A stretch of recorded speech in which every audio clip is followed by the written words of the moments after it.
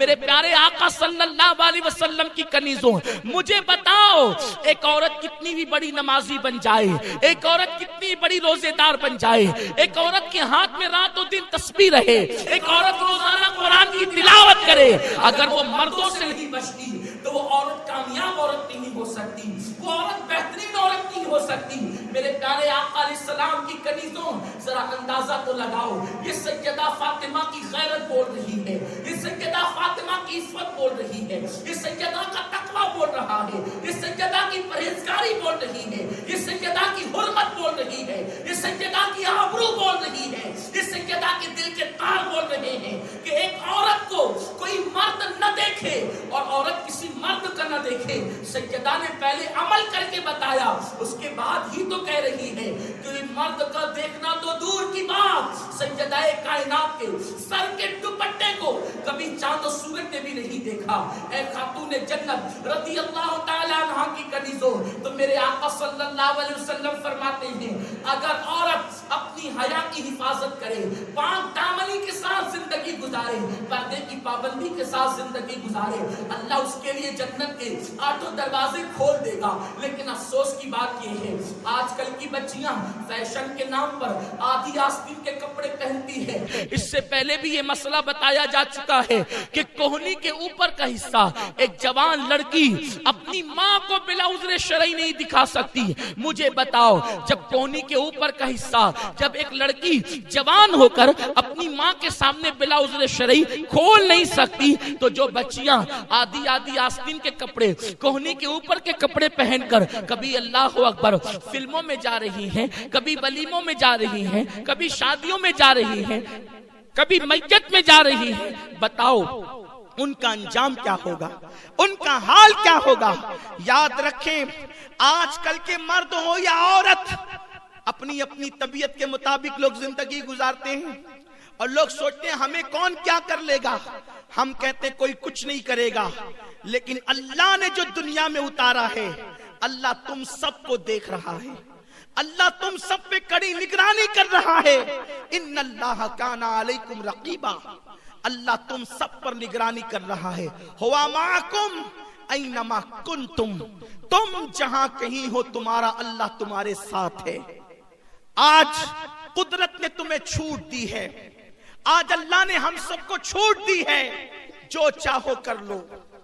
लेकिन जब तुम इस दुनिया से कूच कर जाओगी, जब तुम्हारे जिस्म का ताल्लुक तुम्हारी रूह से टूट जाएगा, उस वक्त न तुम्हारा हुस्न रहेगा, न जमाल रहेगा, न तुम्हारी इमारतें रहेगी, न तुम्हारे कपड़े रहेंगे, न तुम्हारे जेवर रहेंगे, न तुम्हारे मकानात रहेंगे, न शौहर का प्यार होगा, न माँ की शफकतें, न बाप की मोहब्बतें, न भाइयों का जमघटा, न सहेलियों का सर्कल रहेगा, कुछ नहीं रहेगा। हर इंसान को अपनी कब्र में अकेले जाना है, अल्लाह को मुंह दिखाना है। ऐ लोगो, ऐ खवातीन इस्लाम, अगर तुमने अल्लाह की नाफरमानी की, अपनी पाक दामनी की तुमने हिफाजत नहीं की, अपनी हया की तुमने हिफाजत नहीं की, एक सीरियल की अदाकारा, एक फिल्म की अदाकारा, एक हीरोइन के नक्शे कदम पर तुम चलती रही, तो अल्लाह का अज़ाब बड़ा सख्त है। मेरा करीम फरमाता है इन्ना बत्श रब्बिका लशदीद, तेरे रब की पकड़ बड़ी सख्त है।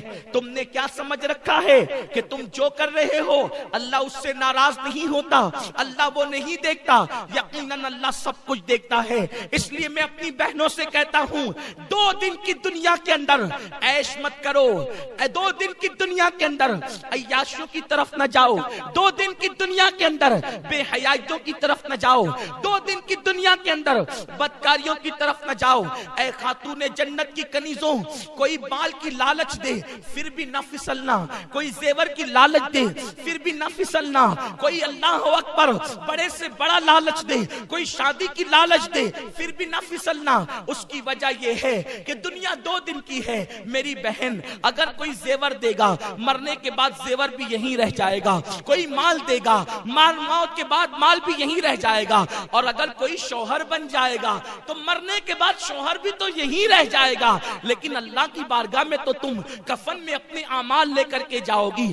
अपने आप को संवारो, अल्लाह को राजी करने की कोशिश करो, इस तसव्वुर के साथ जिंदगी जिंदगी गुजारो कि मुझे एक जन्नती औरत बनकर दुनिया से जाना है, मुझे एक जन्नती औरत बनकर के दुनिया से कूच करना है। हुजूर का करम तो देखें, सिर्फ 4 बातों पर औरत के लिए जन्नत के 8 दरवाजे खोल दिया मेरे सरकार ने। काश की औरतें इस पर अमल करती। हालांकि बहुत बड़ी बात नहीं है, बहुत छोटी सी बात है। आइए मैं तुम्हें बताऊं कल की औरतें किस कदर अपनी पाक दामनी की हिफाजत करती थी। अल्लाह अकबर। कल की औरतें किस कदर हया के साथ अपनी जिंदगी को गुजारती थी। ऐ खातून जन्नत रदी अल्लाह ताला अन्हा की कनीजों, आज की बच्चियां तो अगर कोई बाइक पे घुमाने की लालच दे दे या माज़ अल्लाह फोन पर कोई लालच दे दे तो आज हमारी बच्चियां, हर बच्ची ऐसी नहीं है लेकिन अक्सर देखने में आता है बच्चियां अपनी आबरू का सौदा करने के लिए तैयार हो जाती हैं। और अब तो माज़ अल्लाह हमारे शहर के अखबारात भी चीख रहे हैं कि आजकल हमारे शहर में औरतों से छेड़छाड़ का मामला ज्यादा हो गया। औरतों पर लोग नौजवानों की नजर बुरी तरह से उठ रही है। आबरू बचाना मुश्किल हो गया, पाक दामनी से रहना मुश्किल हो गया। ऐ खातून जन्नत की कनीजों, मैं तुम्हें बताता हूँ, औरत सिर्फ पर्दे की पाबंद हो जाए, किसी मर्द की मजाल नहीं है कि वो उस औरत पर गलत नजर डाल सके। दरअसल मक्खी उसी चीज पर बैठती है जो चीज खुली रखी जाती है। खाना खुला होगा मक्खी बैठेगी, पानी खुला होगा मक्खी बैठेगी, गुड़ खुला होगा मक्खी बैठेगी, शक्कर खुली होगी मक्खी बैठेगी, मिठाई खुली होगी मक्खी बैठेगी। मक्खी का कसूर क्या है? कसूर तो उसका है जिसने बर्तन हटाया है। अब मक्खी का काम ही गंदगी पे बैठना है, मक्खी का काम ही मिठाई पे बैठना है। अगर कोई बंदा अपनी मिठाई को बचाना चाहता है वो उसको ढाक दे। मक्खी की मजाल कब है कि ढक्कन हटा करके उस पर बैठे। बस यही बात है। आज लोग चीख रहे हैं बच्चियों की इज्जत और आबरू को खतरा है। हम कहते हैं कुदरत ने तो तुम्हें पर्दे का निजाम दे करके तुम्हारी आबरू को महफूज करना चाहा, तुमने पर्दे को छोड़कर अपने आप को खुद ही बेआबरू किया है। और ऐ खातून जन्नत की कनीजों सुन लो, फरमाया गया जिस खाने पे मक्खियां बैठे उसमें बीमारियां पैदा हो जाती है। अल्लाह अकबर। अगर मक्खी खाने पे बैठ जाए तो बीमारियों का जो है वो माज़अल्लाह वो आमाजगा बन जाता है, वो खाना बीमारियों का जरिया बन जाता है। तो जो औरतों को बदनजरी से लोग देखा करे वो औरतें समाज के लिए मुफीद कैसे हो सकती है, वो फायदेमंद कैसे हो सकती है। अर्ज ये कर रहा था कि अल्लाह अकबर, आकाए करीम सल्लल्लाहु अलैहि वसल्लम की कनीजों, कल की औरतें किस तरह अपनी आबरू की और हया की हिफाजत करती थी। मुझे एक बड़ा प्यारा सा वाकया याद आता है जो मुझे बहुत पसंद भी है और मुझे उससे बहुत प्यार भी है। वो वाकया है हुजूर गौसे पाक के पीरों के पीर और गरीब नवाज के पीरों के पीर, एक बुजुर्ग का वाकया। आपको बताऊं, एक जवान इब्तिदाई जवानी में उसने कदम रखा। वो जवान इतना खुशनसीब था कि उसकी पैदाइश मदीने मुनव्वरा में हुई थी। उसका नाम हसन था। हसन मदीने मुनव्वरा से निकल के अपने आबाई वतन बसरा आते हैं और आने के बाद इब्तिदाई जवानी थी, जवानी की शुरुआत थी, 16-17 साल की उम्र थी। किसी काम से घर वालों ने बाजार भेजा। जब बाजार आए, वो हसन नाम का लड़का बाजार आया तो उसने क्या देखा, एक लड़की बड़ी खूबसूरत है, वो भी बाजार में आई। जैसे उस लड़की पे नजर पड़ी, हसन उस लड़की को देखता के देखता रह गया। लड़की ने गुस्से से पूछा, ए लड़के तू क्या देख रहा है?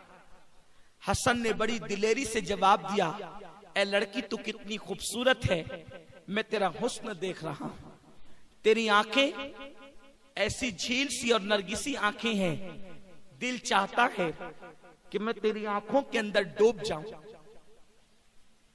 मैं तेरी आंखों के अंदर डूब करके गुस्ल कर लूं, गुस्ले मोहब्बत और इश्क कर लूं। इतना सुनना था। उस लड़की को गुस्सा आया और गुस्से की हालत में लड़की ने कहा, रुक, अभी मैं तुझे बताती हूं, तेरा इंतजाम कर देती हूं।